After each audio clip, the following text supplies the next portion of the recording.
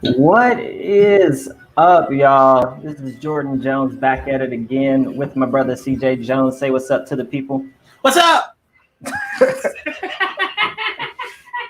You said say what's up. You just say what? How to say it? You know, you sounded just like Chris Tucker in Rush Hour right there. You know, I tried, but I strive to be that way. Him or Ice Cube, one or two. Him or Ice Cube. That's some ambitious goals. I know, but I cut my Ice Cube. I cut my Ice Cube beard off. So You know, I'm digging the no beard CJ. I like it like that. It's not going to be around very long. I hope y'all know that. This is like literally cutting this for some fresh hair. I'm using new beard oil, so I'm gonna try to get this thing fluffy.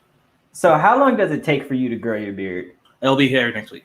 Next week? Next week, yeah. It'll like it's already starting to grow back in. It's like this is like 2 weeks worth of me like not shaving. In 2 weeks, I will have almost like a full like darkened beard. But my beard will be like scruffy next week. It'll be full in. It'll be filled in, but it'll be light buzz, and then it'll be full hair. You know my hair grows. Only where my hair doesn't grow is in my head. Man, I don't get it. Like we have the same genetics, yet like my hair grows slow. You and Christian, both of you guys. Christian grows hair on top very good. You grow hair nowhere pretty good. No. And then both of y'all's beards are just like not the level. And how clean my beard looks in. I can't stop rubbing my face. I miss it. I'll never understand it. But you know what? It's all good. So we're here this week, another live show. It's Wednesday, time to party. My dog's trying to hop up on the camera. It looks like my dog Few Bentley. God. Yeah. We're gonna add him to the podcast pretty soon. Oh yeah. He'll get standing room only seats to watch the show. But man, big week this week. Very big week. Yeah. We've got a lot to talk about. I'm excited to engage with the people. So if you're hopping on, feel free to engage with us in the chat. It's open. We will talk about you. So shoot your questions in. We're going to talk a little bit of college football. My boy, Colin Morikawa, won the PGA Championship. How is your boy? Like, did you bet on him or something like that? No, I didn't. But remember, like a month ago or so, me and you were talking some golf. I was telling you like that's like my favorite player in golf right now. Young kid, he's already won 2 majors. This is his third. Like, and he shot like a course record. Wait, I thought this is his third major or is his first major? This is third. Dang. Yeah. So he's putting in some work. So keep an eye out on him. And then we're gonna talk some the bubble. Like we got some bubble MVPs to give out. All bubble team. Man, there's a lot to talk about. Oh, and I want to get into a little bit of training camp stuff as well. Because the Cowboys had their media day today. I got my Cowboys. And Jerry Jones said some Jerry Jones-like stuff.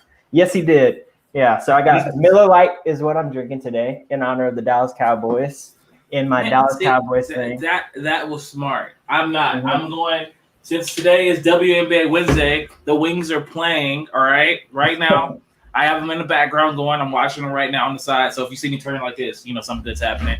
And I'm drinking that Black Girl Magic again because we're going to some Black Girl Magic, get the Wings another win today, all right?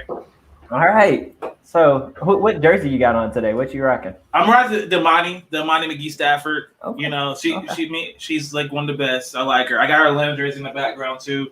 So, but I am about to get me. See, y'all gotta help me figure out what jersey I'm gonna get this year. I'm getting a new Wings jersey. I already ordered my Sabrina Nescu. That's personal reasons. But I need another Wings jersey. I'm thinking Ty Harris, and I'm thinking Satu. So I'm like, I don't know which one between. And then maybe. Why are I going to call Kellyanne Conway? His name is not Kellyanne Conway. I don't know. I know you don't know. Katie Lou Samuelson. There we go. Okay. Some 3 names. This gets me, all right? And I'm thinking about Katie Lou. Even though I hated when she played at UConn. But, you know, Katie Lou's been killing it so far. Okay. That's my WNBA corner. There you go. See, they got his WNBA in. Who's right now? Who's the team to watch in WNBA right now? Right now, I mean, okay, so Asia Wilson in Las Vegas has been killing it. Sinead Carter in Atlanta has been killing. They're getting their feet together. But right now, the Lynx are the best team right now to watch. They started out with a little rough stretch, and then they're like Lexi Brown's killing it right now. You have Sylvia Fowles and teams doing Sylvia Fowles thing. Nafisha Collier, who is like starting to become one of my least favorite players in the whole WNBA. she's having a good year, and they have a good bunch of rookies. They won a tight one against the defending champs today. They held them to 48 points. So, so yeah, the Lynx are probably the team to watch out for right now. Okay. All right, man. That's some good stuff. Here you go. You got WNBA Corner with CJ weekly on Talk That Sport. Every week, All right, so let's get to talking that sport. Okay, so let's start with the PGA Championship. So like I said, my boy Colin won it, took home the major. Great final round. This was actually so if you're not really a huge golf fan and you just want to, and you're just like trying to tune in to just see what's there, this was a great weekend to watch it because all the stars were out and performing. Like you had Brooks Koepka talking some trash. Yeah, Bryson DeChambeau that had pretty good rounds. Dustin Johnson had a really good weekend. And then Colin just slow and steady worked his way up to the top of that leaderboard and set himself apart. Dude was balling. Like, it was really good. I didn't get to see the whole weekend, but, man, great golf to watch this week. Didn't Brooks talk trash and then shit the bed on? Yes, he did. I'm just making sure. I got heard about that, and I was like, wait, didn't Brooks finish not near the leaderboard? See, you know me on this tournament, I was in it as long as Tiger was in it, and once I saw Tiger was not gonna hit the board, CJ hit next on the channel, and I was like, all right, cool, we're out. Yeah. Yeah, and I get that. So the issue that golf has, especially with a lot of the non-major tournaments, you don't have consistent play from the guys that are your stars. So and I would say the stars right now in golf are going to be guys like Bryson DeChambeau. You have Dustin Johnson, of course. You got Rory McIlroy, guys like that. I know I didn't say everybody, but those are your guys that should be at the top of the leaderboards every week that haven't been. You have a lot of kind of just no-name guys that have been popping up. And I mean, they're some of the best golfers in the world, of course.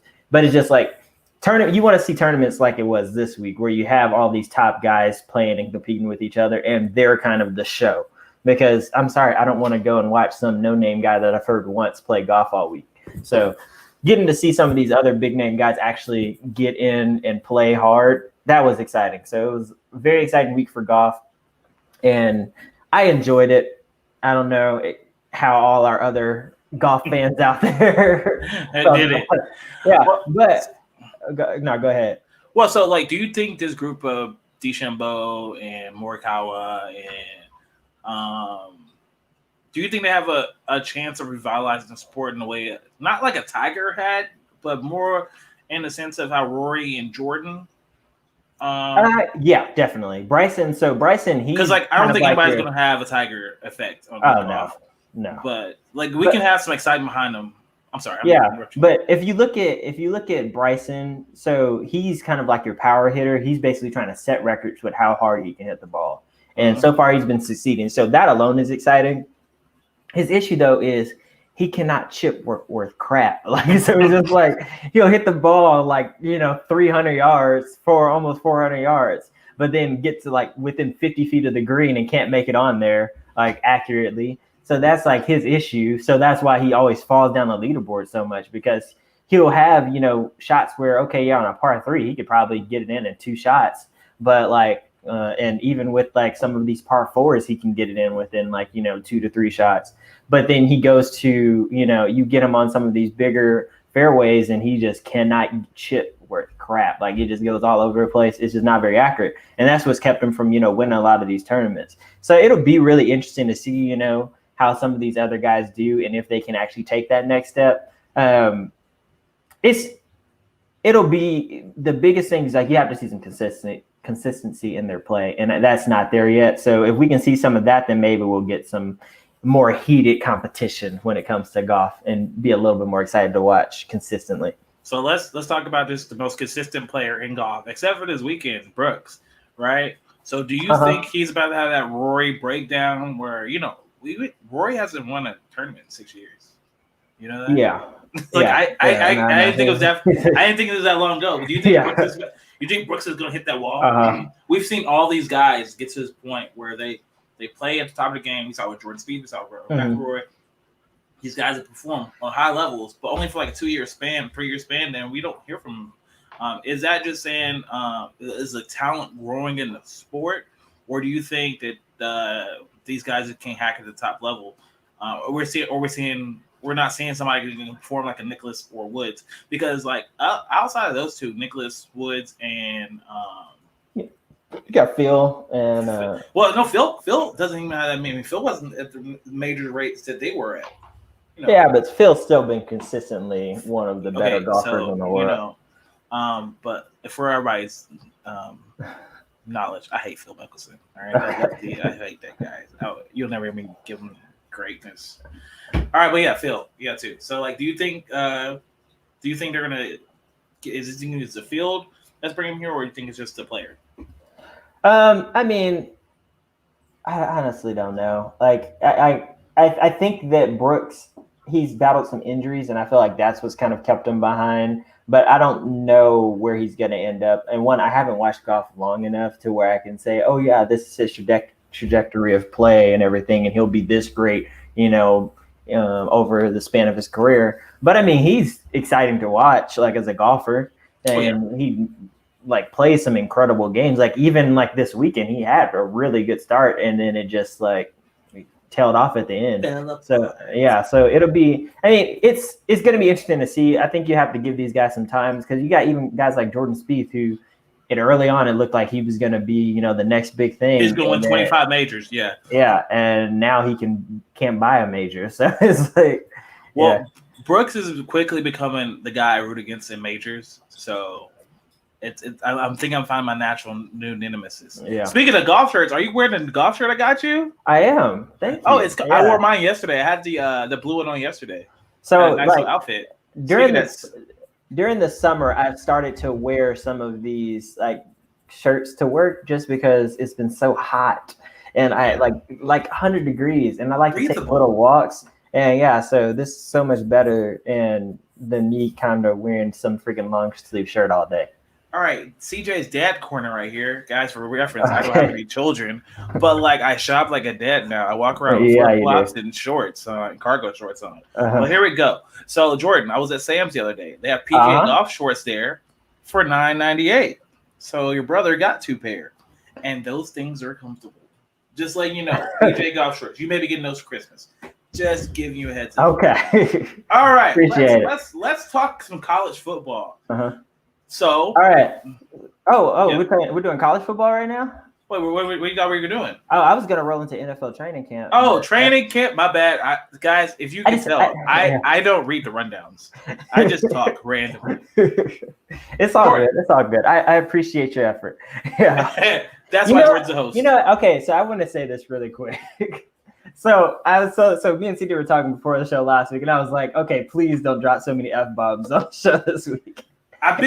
He did pretty well last week. Like, you got to give him a little bit of credit. Like, only 12. 12. Like, so we're gonna hope that today he goes even lower. So I can't just completely cut him off. I have to wean him off. So the goal is to be a little bit better this week than he was last week. Sorry, you're never gonna cut me off, because the F word is my favorite word in the English alphabet. All right, I mean English, not alphabet, English language.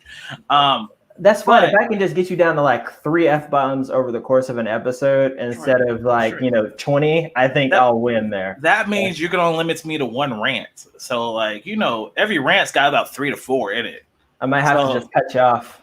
Just cut you off. It's okay. The people will know what I'm doing. I'll start dominating the conversation. All right. It's NFL training camp. NFL training camp. So Cowboys had media day today, and there was a lot of conversation out there. So I want to burst through some of this really quick. So, of course, Dak Prescott and Jerry Jones and Stephen Jones were being cordial and saying, oh, yeah, we still want a long-term deal, all this stuff, yada, yada. But there's some interesting things that I want to point out. So, one, Jerry Jones finally had to stand in front of a microphone and address, the Black Lives Matter movement, players kneel and all this stuff. He kind of danced around the topic. And, so he was very hard stance, my players will not kneel. Sang to a little bit of a different tune today. And like, I've been talking to a lot of different people, and we're going to have some grace. Understandable. He still didn't say which side he was on. He didn't say if he was supporting his players or what. But from what it sounds like is he's not going to be out there finding players and kicking players off his team if they decide to kneel. I'm sure they're going to do something together to show unison at the beginning of the season because, that's just how it is. And so I'm expecting that. But I want to see, because, you already had Jerome McCoy and some of the other Cowboys talking about they're fully intending on kneeling this season. So I'm really interested to see, how America's team's fan base reacts to all of this. Hopefully people can shut up for 2 seconds and understand that it's not really about the kneeling in the first place, whether you agree with it or not.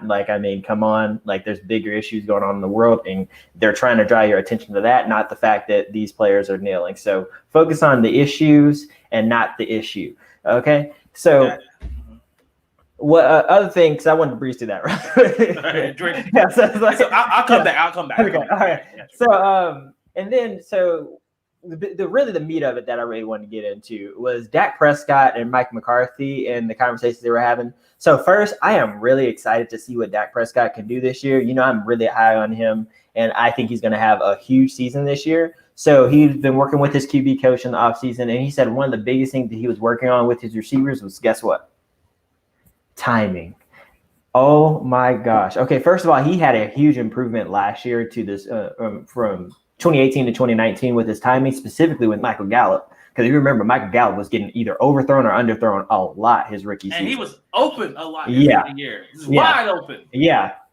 Last year did not happen nearly as much. They did so much better last year. So I am very excited to see what this 2020 season looks like when Dak Prescott has spent his entire offseason, because guess what? Boy has a football field in his house in Prosper, or in his backyard in Prosper. Talk about, dedication. He was like, we couldn't find a place to have access, so I just built one in my backyard. Okay, all right. Mr. $30 million man. All right, I feel you. But that's what I'm saying. So how can you not love this guy? And then he was also talking about, and he took a little dig at Jason Garrett.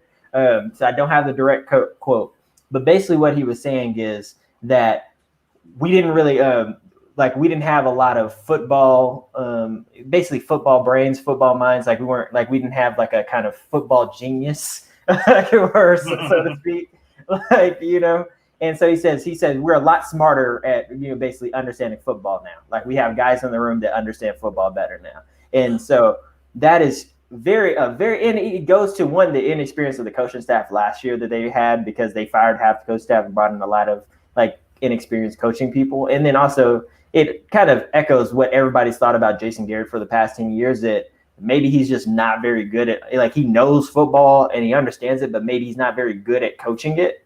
At least at the head coach level.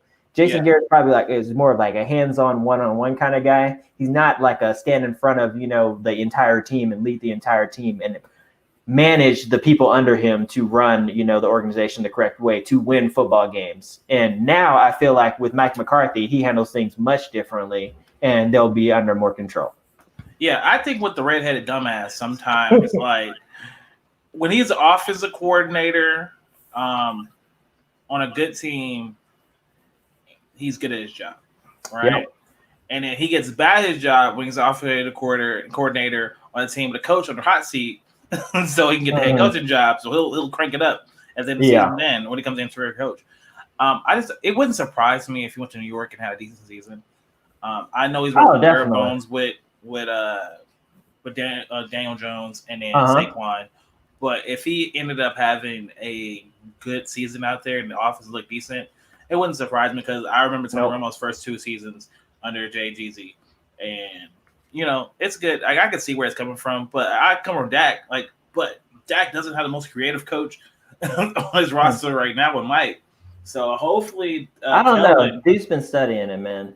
He's been studying, but do you remember his problems in Green Bay? He had a quarterback, a generational type of talent quarterback in Aaron Rodgers. And it just fully felt like he never unlocked his potential. Truly. Now, we don't know it's the fault of Aaron Rodgers not doing what Mike wanted to do in the offense, the lack of weapons, or really, we don't know what the issue was there. They haven't opened up to talk about it. So, if Kellen and Mike can be on the same page and Dak's improvement, this could be a scary.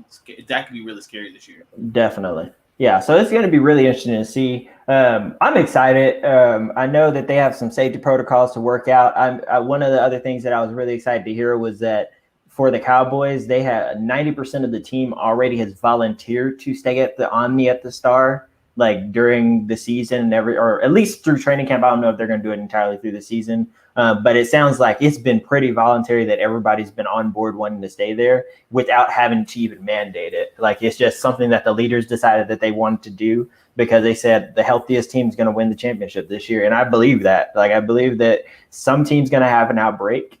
We see it happen in baseball already. Like the Cardinals only have played like 5 games this season. So there's some serious issues in baseball with teams that have been sick and that's affecting them. So if they can stay healthy, and I think this is a great way to do it, then we may have us a pretty good chance of making it the long run. So I'm excited. Yeah, I really want to see where this is. We're less than a month away now from football, from opening night. Yeah, that's a month from yesterday. So and I'm as a fancy roster builder, I'm like learning. Like this year, you got to be really good at picking your roster because like, what if one of your star players goes down with COVID and in the season? So you're a big thing about that in your draft. So for me, it's like I really want to see where we're going to be 2 weeks from now. Because I feel like 2 weeks from now, once everybody's been around everybody good, we don't know what the testing like. Because we know in NBA what their testing procedures are. We know in MLB kind of what their testing procedures are. The NFL has been so under lock and key about how they're testing, how often they're testing these players. It's really been up in the air for me. Yeah. I mean, it's going to be interesting to see. I'm hoping that they work some stuff out and that we can have football the entire season and that they do it in a safe manner. Jerry Jones is still talking about how he's going to have fans in the stands, and I'm just like, that was my next question. It was like, Jordan, you said do it in a safe manner, and Jerry Jones said we're going to play all our games in front of fans. All I could do was sit there and shake my head when he said that. I'm really hoping that he's not that dumb and that they really at least like halfway through the season, if things are going well, okay, let's talk about it. But like the first month, don't even touch it. Like it took baseball 2 weeks. Not even 2 weeks. It took more like a week before like the season started. So let's give it some time. Don't try and bring, we talked about it last week on how that contact tracing works and how easy it is that it can be, spread. Like I'm worried for colleges. Like I work at a college. I'm worried like for colleges to open back up and have all these students back on campus. Luckily, I work at a smaller school, so I don't have to worry about, 40,000 students coming back to campus. But still, you have all these people in this close proximity. Even like I know that fans aren't going to be sitting there touching players, but we talked about how that can still get to them. And even if not, like if you have where, 20,000 or 15,000 people, or 1,500, let's say 1,500 people who came to your game that we test positive. No, Jordan, that's a big deal. I can see that. But see, I'm not even worried about the players. I'm not even worried about the fans. I'm worried about the people who have to work, the parking attendants, who got to work the concession stand. They can do all this. Like, we're going to do only card payments. We're going to do this. The people that work in the fan shop, the people who clean the stadium, I'm worried about all of them. Those are people like, and I don't think the NBA, because like, the NBA, the NFL. First of all, if you can afford to go to a football game, in the middle of a pandemic, you're not. You can go get a COVID test, all right? If you can afford, if you play in the NFL, you're gonna have plenty of access to COVID tests, all right? If you coach in the NFL, same thing. But if you work at these stadiums, you're probably not gonna have the means to have easy accessibility to this. And then if you're sick and you have to miss 2 weeks, and your team has 2 weeks back to back, where they play home, you're gonna miss some money. So it's like definitely. So for me, it's you gotta think it's not worth it. We got a huge TV deal. All right, these guys can play. Men are paid to play. If you want them to play, and they want to play, let them play. But when it comes to bringing people in the building, you can have the same mentality. If they want to, risk their lives to do it. But it's different. It's different perspective when you're just going to see a game versus when I got to go to work to feed my kids. Much different. Well, while we're on that subject of, fans in the stands and all this crazy nonsense about, spreading the COVID, college football. There you go. So Transition. So it's been kind of a little back and forth here. So we already had the Big Ten say they moved to next. We're moving sports to hopefully start in the spring. We had, Mac come out and say that they're moving hopefully to start in the spring. You had the SWAC and the MEAC both say they're not moving this season. So we already have these things going on, all this stuff with the potential of moving to the spring. But then we have, the Southern conferences like SEC and the Big 12 over here talking about, oh yeah, we might have fans in the stands like this season. So what are they doing? Man, these schools, like you Jordan, you from Texas, all right? We both from Texas. You know what it is. It's God family football, all right? And that's how it is all across the South. And I think these schools don't want to give up that money at all. And plus, you be thinking like schools like I root for Texas, right? We just put a lot of money into our facilities, a huge amount of money into facilities. Mm-hmm. And they're trying to recoup that, and then that's how they're going to get it through that football budget. Yeah. Now, I agree with the Big Ten. I don't agree with it move to the spring because like there's going to be too much taxing on players. You run two guys into 2 seasons. So if you're a sophomore, you're going to play in January, February, and then come back again in August. so it's like, for me, it's like, do I want to put the players through that? I think the season should just be canceled all out. But I'm looking forward to see what they're going to do. I think it's ultimately going to be the Pac-12 and Big Ten opt out. I think the ACC, the SEC, and Big 12 will play. You'll have like the conference, the AAC play. And so you'll have about 5 conferences play. And it'll essentially be, them playing for all the marbles. But what I'm worried about is schools like the school you work at and like, our brothers from the SWAC went to Prairie View. These schools that are closing down these programs who are relying on some of these money from these big programs, like I'm worried about some of these programs staying open. That's my biggest concern. Yeah, it's going to be a huge financial struggle at a lot of universities. You're going to sadly see a great chunk of people lose their jobs. It's not fun. Like it's not fun seeing this, and there's not really any real resolution to it all. It's really just going to be a matter of this is kind of the cards that we're dealt, and we just have to take it and play with it. I mean, as sad as that is, but it's you have to look at it in the long run. You still have to think about the safety of people, and it's just not safe to be bringing in all these people. Like there's some schools, like I believe over in California, there's some schools that are going to completely online this year. So you can't justify bringing in your football players who just because, they bring in money to the school and, they're on a scholarship and all this stuff. Yet the people who actually pay to go to that school, because you have all your scholarship athletes, but the people that pay to go to that school are paying you money. You can't provide them with online or you can't provide them with in-person classes because you're worried that it's going to spread COVID. It's a contradiction. So I also don't think that it's safe to play football when you have 40,000 students like that are going to be on campus each week. So, I mean, it's a lose-lose situation for college football. And they're talking about like, we're going to test the players, test them 3 times a week. Doesn't matter. But you're not testing the other students. That's my biggest thing. Yeah. Like you think you can keep a college freshman or sophomore like locked in their dorm? No, they're going to eventually get into classes. Even if you isolate them to an athlete only class, then it's a bear onto your other staff. Yeah. And then I'll reiterate this. When we talk about people losing jobs, we're not talking about football coaches and football players. No, it's going to be people like department. People like you, women's sports programs are going to shut down. You're not going to see a lot of men's programs shut down, but you're going to see all the lower performing programs get cut, and that's something we don't see. Don't be mistaken. Football will be back. Like football will be back. It's football, some of these other things that will not be back. Football, we could survive a year without football. Yeah. I don't want to go into like a crazy like a pro-America rant or anti-America rant, but like you can tell how like cocky and pompous we are as like sports fans and people that like we could just have this done if we can literally just be like, yo, no sports for a year. Everybody just chill the hell out. Wear a mask. Let's get this vaccine in 16 months or 12 months. And then boom, we can get back to normal. like a year of just like not hiding and not growing, but just hey, just being responsible human beings and then responsible sports people.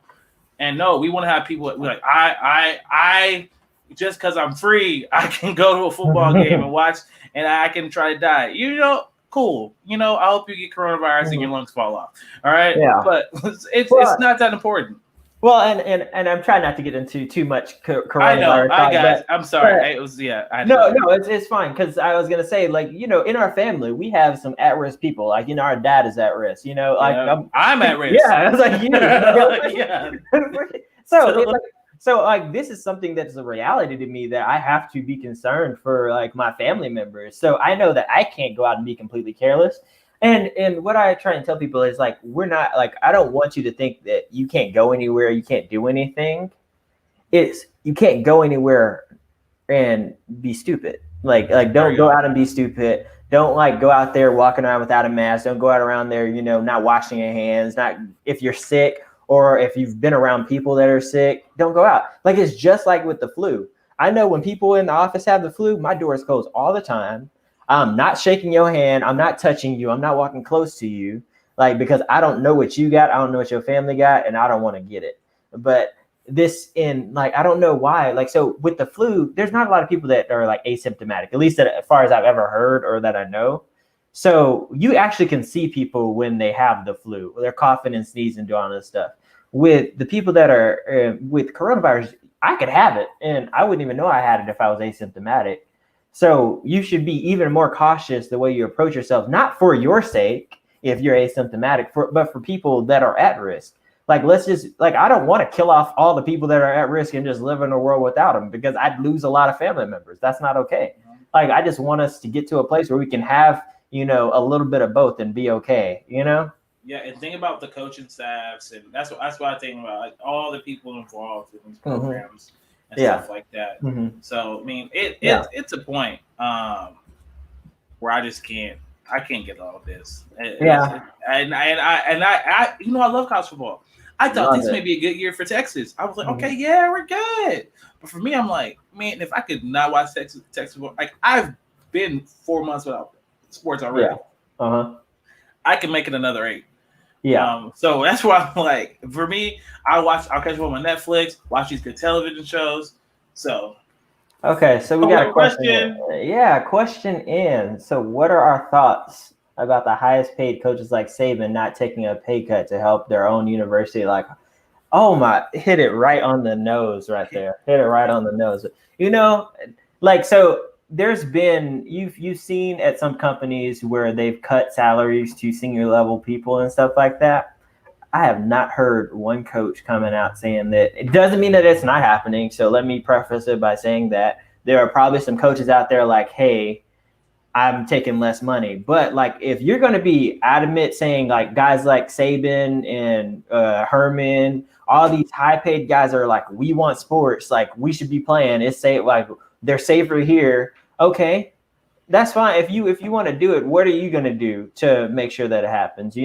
And what your university is struggling and everything. Why don't you help them out a little bit? Like, and maybe it's in like we've already seen that like some of these conferences are moving on like to the spring, and most likely, honestly, so Jim Harbaugh was talking about this year saying that there's a good chance we will not see college football in the spring. It's not feasible because they're not going to be able to play in the spring and then come back and play again in the fall. Like, so he says it's most likely going to be they just don't play in the spring and we just have football in the fall, which I honestly agree with. I don't think there's a way where we'll have players play in the spring and then honestly think they're going to be ready to play again when the season ends in probably April or May and then turn around and play again in August. That's just not reasonable. So I look at guys like, the highest paid coaches and they make a ton of money. Like, who is it? Jimbo Fisher. There you go. Like Jimbo Fisher, didn't he sound like a $75 million contract? Yep. Yeah. So let me give you some figures. So I looked up a university's budget. I won't say their name. It's not the school I go to, but their budget was like to run their school for a year is $50 million. Like to run the entire school, like everything that they need to run the school.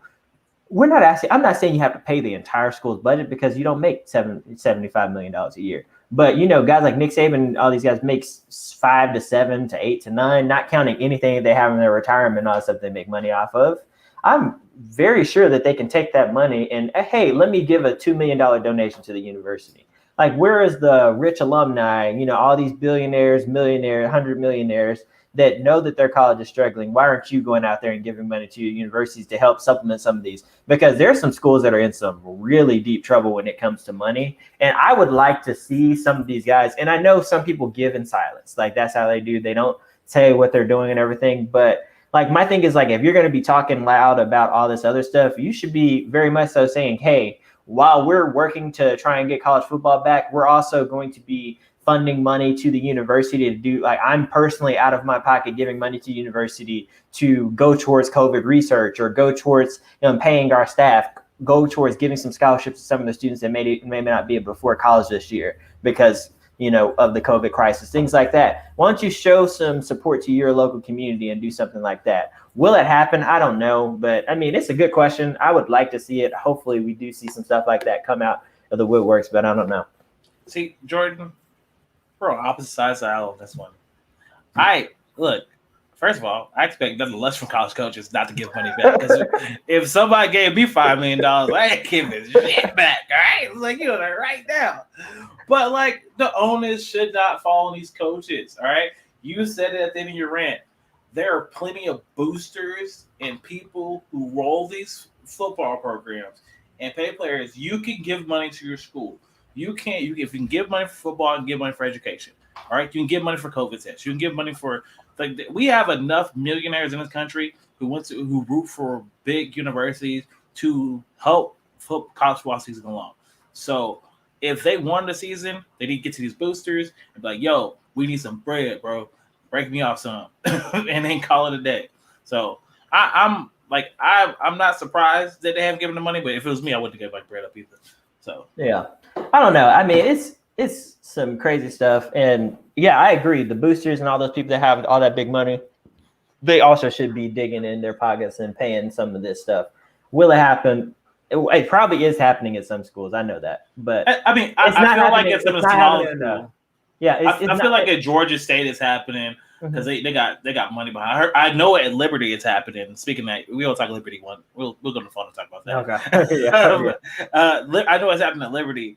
So there are some universities taking care of themselves, but these big ones, these Uber fans, yeah, they need to get their bases done. And I also want to clarify. So some of these schools, like the Alabamas, like the Texas, and all that stuff, these endowments that they have, which is basically like their reserves pot of money, not some of this money is used for is untouchable and is used for specific things, but majority of these endowments are used towards like things like they're used for crises like this. So if their university runs short on a budget, they have this money in the reserves potentially to help fund some of this stuff. So let me give you but Jordan, the way that these universities out here talking, you would think they poor as a joke. I know. Oh yeah, they're like, we have no money for COVID tests for every. That's just too expensive. So Texas, the University of Texas, their endowment is $4 billion. $4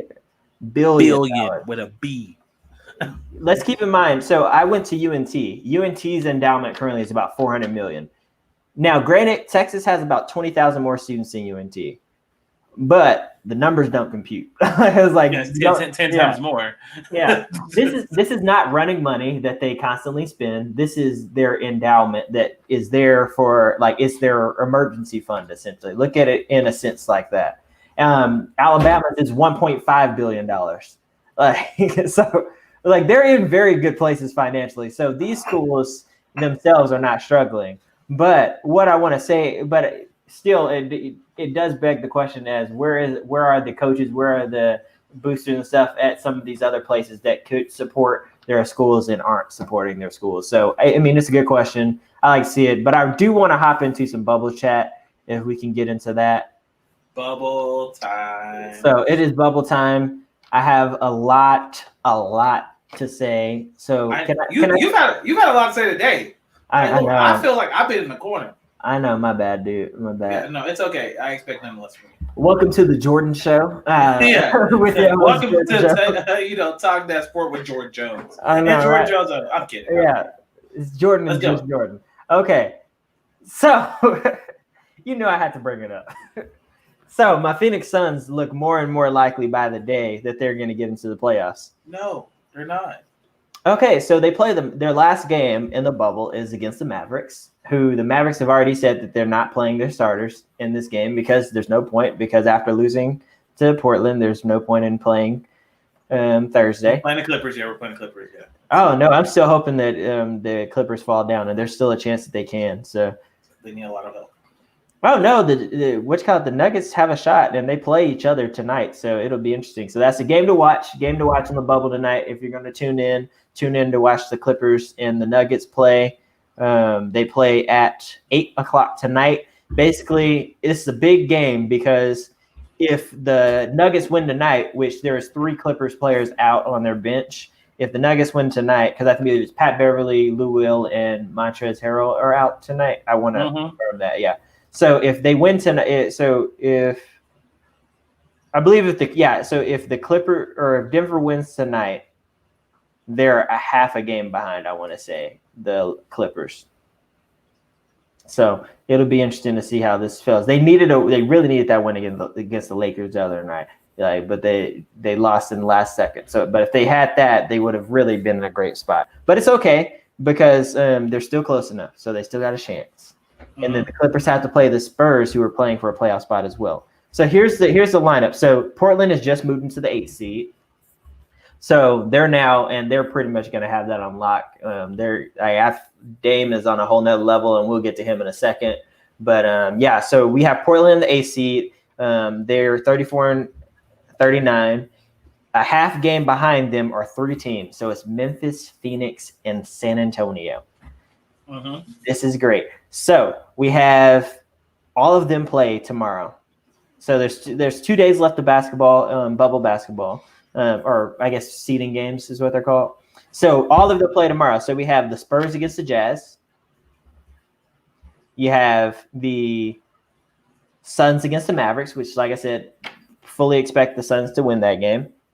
And then you have Trailblazers, Nets. And then on Friday, did I miss it? Oh, so yes. Oh, no, I already said it. Spurs against Jazz. My bad. Yeah. And then Memphis against the Bucks. So Bucks are probably going to bench their players. So Grizzlies have an advantage there because Giannis isn't playing because he got suspended. So you have. Wait, Giannis got suspended? Oh yeah, you didn't see this? See, yeah. Jordan, I have NBA League Pass, so I did not do my research. It was on ESPN, man. So he headbutted a player. What's the guy? I can't remember the guy's name. I thought that was a flop. I saw it on Twitter today. No, he legit headbutted him. Like legit came in dang. That's my most valuable player. He didn't really do it like really hard. He just like came up on him and what's up, and but they spinning him for this game for that. So Grizzlies have a great chance of winning there. So that's advantage Grizzlies, but so do the Suns. So it's really it's gonna be tough. So explain to everybody how the play-in tournament works if you're within a game. Okay, so basically what happens is if you're within three games, if the 9 seed is within 3 games, which right now it's gonna work out that way. So we are getting play-in basketball in the West. So you're gonna have right now the Portland's the 8 seed. They stay the 8 seed. Portland only has to win 1 game. So they just they get and the 9 seed gets 2 chances to beat them. So they have to not 2 chances to beat them. They get 2. They have to win twice. 2, yeah.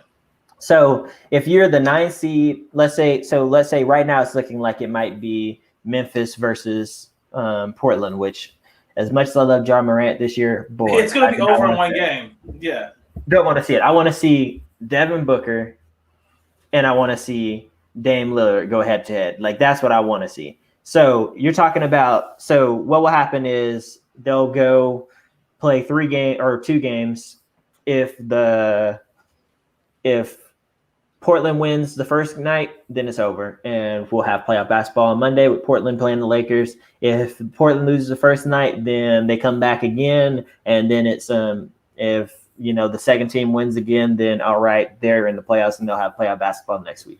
So it's going to be interesting to see. I'm very excited to see it, but I honestly think that the Suns have a legitimate chance. They need to go out and pull this win, but they've done everything, like literally everything that you could possibly do to get in the position to be here. They've done it. They just did, like, the only thing they didn't account for, which this is why I'm not upset that the Mavericks lost the other day. Like, I know that they just lost 2 straight, but like this wasn't like have they lost 2 straight? No, we lost one. Yeah, we lost 1 straight. Yeah, 1-2, then lost 1. I'm not too heartbroken of the Mavs losing because, one, they fixed their clutch woes because, one, Luka was a beast the other night and actually went and drove the ball instead of shooting up a 3 the last possession. And then, like, this past weekend, they called a foul when the guy made a 3. So it ended, and that's how they lost. So I'm not like killing them over this loss, but Dame, dude, was on fire. He would not miss. So it's hard for me to hate on. It wasn't would not. He could not. Like one bounced up. Did you see the one they bounced up? Like almost hit the ceiling and fell in. Like sitting there like that was the easiest 61 points I've ever seen in my life. Like so easiest. And you know what makes me mad? Because Kobe scored 60 on us too. And that looked easier than Kobe 60. Yeah. It was like, because I was like, Kobe 60, Kobe had to sweat. Dame wasn't even sweating. All right. Nope. It was like Dame was just on it. And I was like, oh my God. Oh, crack the code, D. Yeah. Oh, yeah. So really, when it comes down to Dame, and he already said he didn't come here like to lose. He came here to stay. Like, he came here to stay. He didn't want to play if he didn't get a chance. Like, he was one of the players saying like he wasn't like for this, but when they announced that he had actually had a chance to make the playoffs, he was like, okay. And he showed up and he has shown out. Like, shown out. And that team is so much different than they were before the playoffs. They have Nurkic back, Yusuf, and they got back what's the tall white boy's name? Zach Collins. Zach Collins, there we go. Mm-hmm. Yeah. My God. He has the most one. Why does all the white NBA players have like the whitest names? Zach Collins. Yeah. Kurt Heinrich. As a white dude, you can. Yeah. Will Gridnour. Those that's a white guy. Yeah. But no, so that team is so much different than they were when they came into the bubble. So I can see how they can be dangerous. That team probably is a 7 seed or 8 seed or a 6 seed at full. No, I'm saying at full health all year, they're probably a 6 or 7 seed. Mm-hmm. But if you're LeBron and you came in this bubble, okay, we're probably playing New Orleans, we're probably playing Memphis, nobody else really gonna pop up. We got probably a good matchup in the first round. It's gonna be kind of exciting, but they're not gonna have a chance. That's scary to see go into the first round. You got CJ and Dame on the other side. Mm-hmm. And it's not just because you don't have anybody who can really guard CJ and Dame. Like, your front court's going to be Danny Green and Rondo. No, Rondo's hurt. Rondo, he just got to the bubble, so I mean, he's there, so he may be back soon. But Danny Green's no slouch. He can defend. Like, he can defend. Dame's going to get his points. Yeah, Dame's going to score. Like, he was getting defended good last night and scoring. So I wouldn't want to say, but then when you got that front line that they have going against the Lakers front line, the Lakers had a better front line, but it's going to be if you're the Lakers, you don't want to play at the first round, especially on a neutral court, not where they're coming to LA and they can have the lights come to them and have that pressure. Yeah, Dame's been a big time, and think about the first the first half he's had. I mean, the first round playoff series he's had. Mm-hmm. He had the Houston Rockets win where he put the dagger in their heart, and then he had the Oklahoma City win where he put that dagger in their heart. So, in all underdogs in both of those situations. So, if I'm Bron, I'm making sure, Bron's been looking for motivation to play. He's got all the motivation he's got right now. Uh-huh. He got all the motivation he has for playing Dame in the first round. Yeah. If it were to happen that way. And that's the playoff. If that series is the one that happens, that's the one I was going to see most. Mm-hmm. I thought Mavericks Clippers were going to be the best one, but no. I'm talking about just pure excitement. It would have been a good one to watch. But Portland, LA, man, that's gonna be a good matchup right there. That would be a very good matchup. I'm excited to see it. I want to clarify for all the people that are saying, "Oh yeah, the Lakers might get bounced by the Trailblazers in the first round."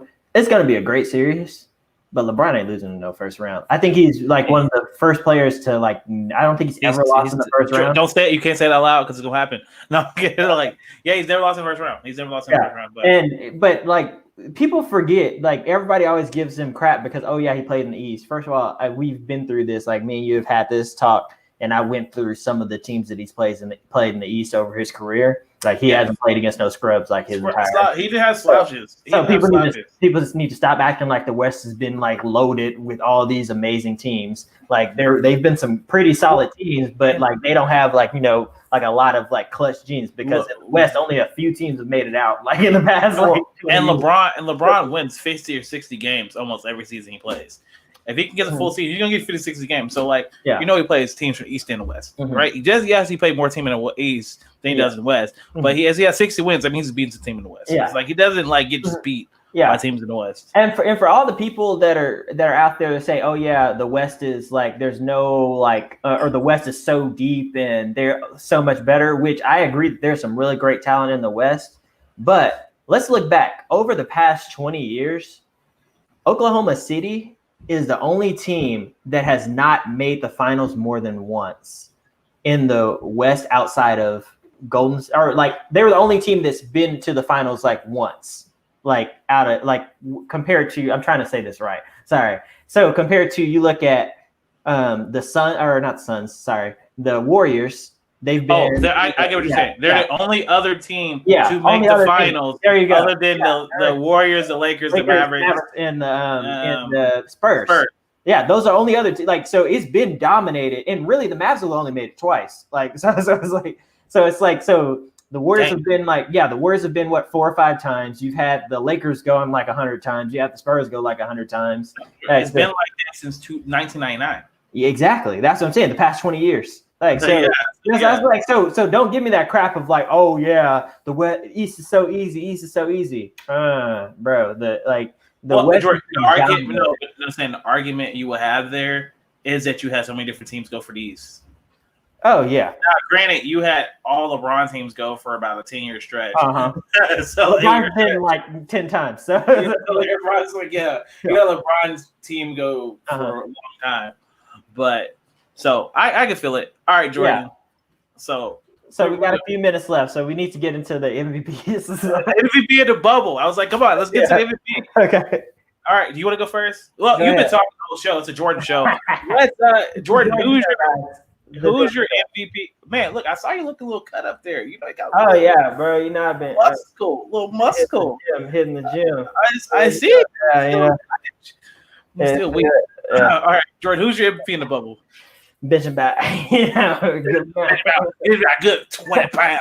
20 pounds. Okay, so if you asked me yesterday, or if you asked me on Tuesday or Monday, I would have said Devin Booker because the Suns are still undefeated. He's been balling out, and it's been just amazing to watch because I've always given him crap because I was like, he's the next Anthony Davis that won't be able to take his team anywhere, but will put up ridiculous numbers. Not the case because he is showing up and showing out. But then I watched Damian Lillard play our Mavericks last night. And I was sitting there, and he is meaning what he says when he said he did not come here to play around. This isn't no little vacation. He came to win and only win.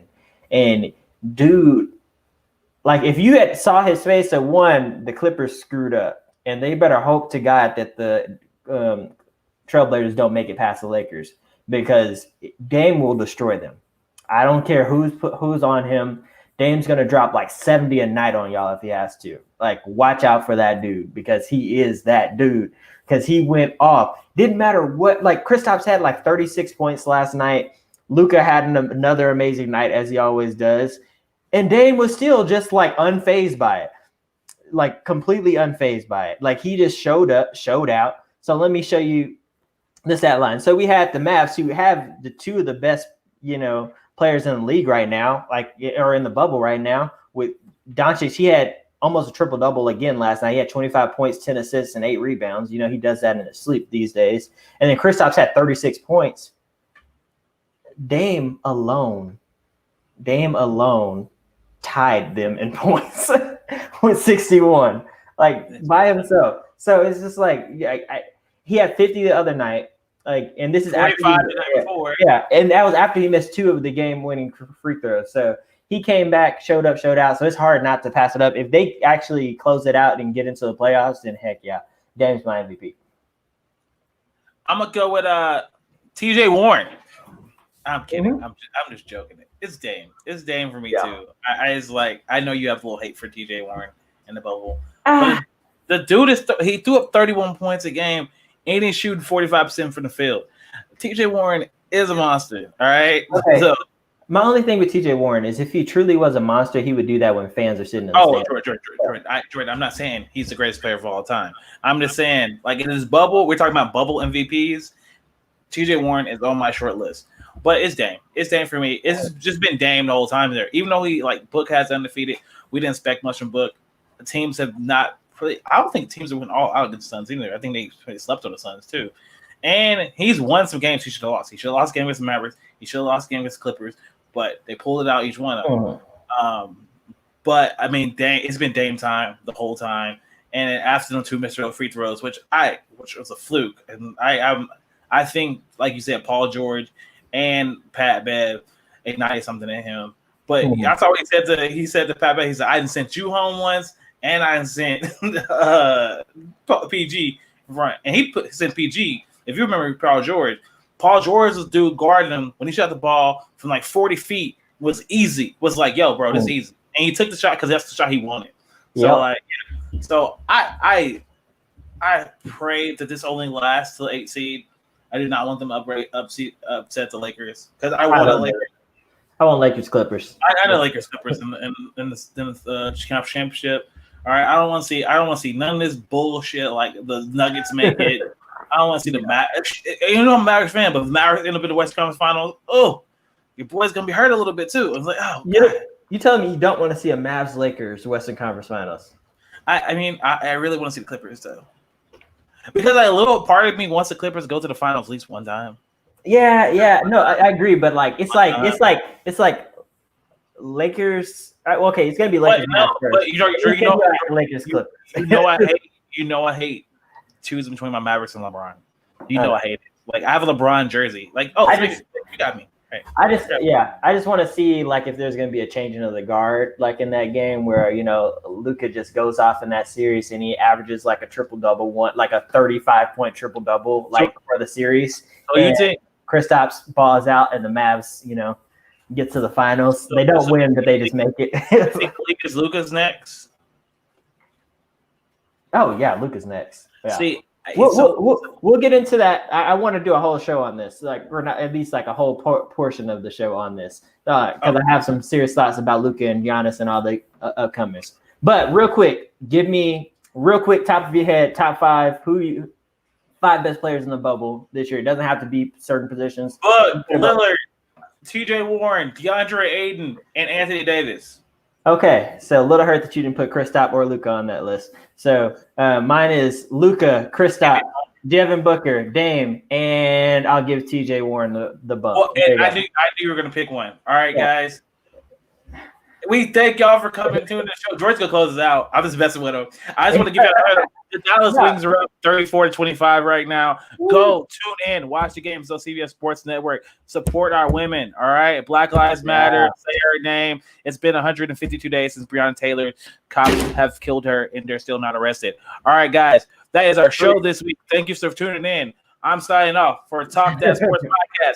I am letting Dr. Jordan get another word in the last 10 seconds of this podcast. Guys, thank you so much for listening. And luckily, I can mute CJ's mic, so I'm going to say, one, shout out to Eryn Bird. Awesome editing our show, making us sound great. You're amazing. Check out our music, Owning Music, for our sound. This has been great. Had a lot of fun. It's going to be a great year. Tune into all the sports you can this year. And shout out to CJ.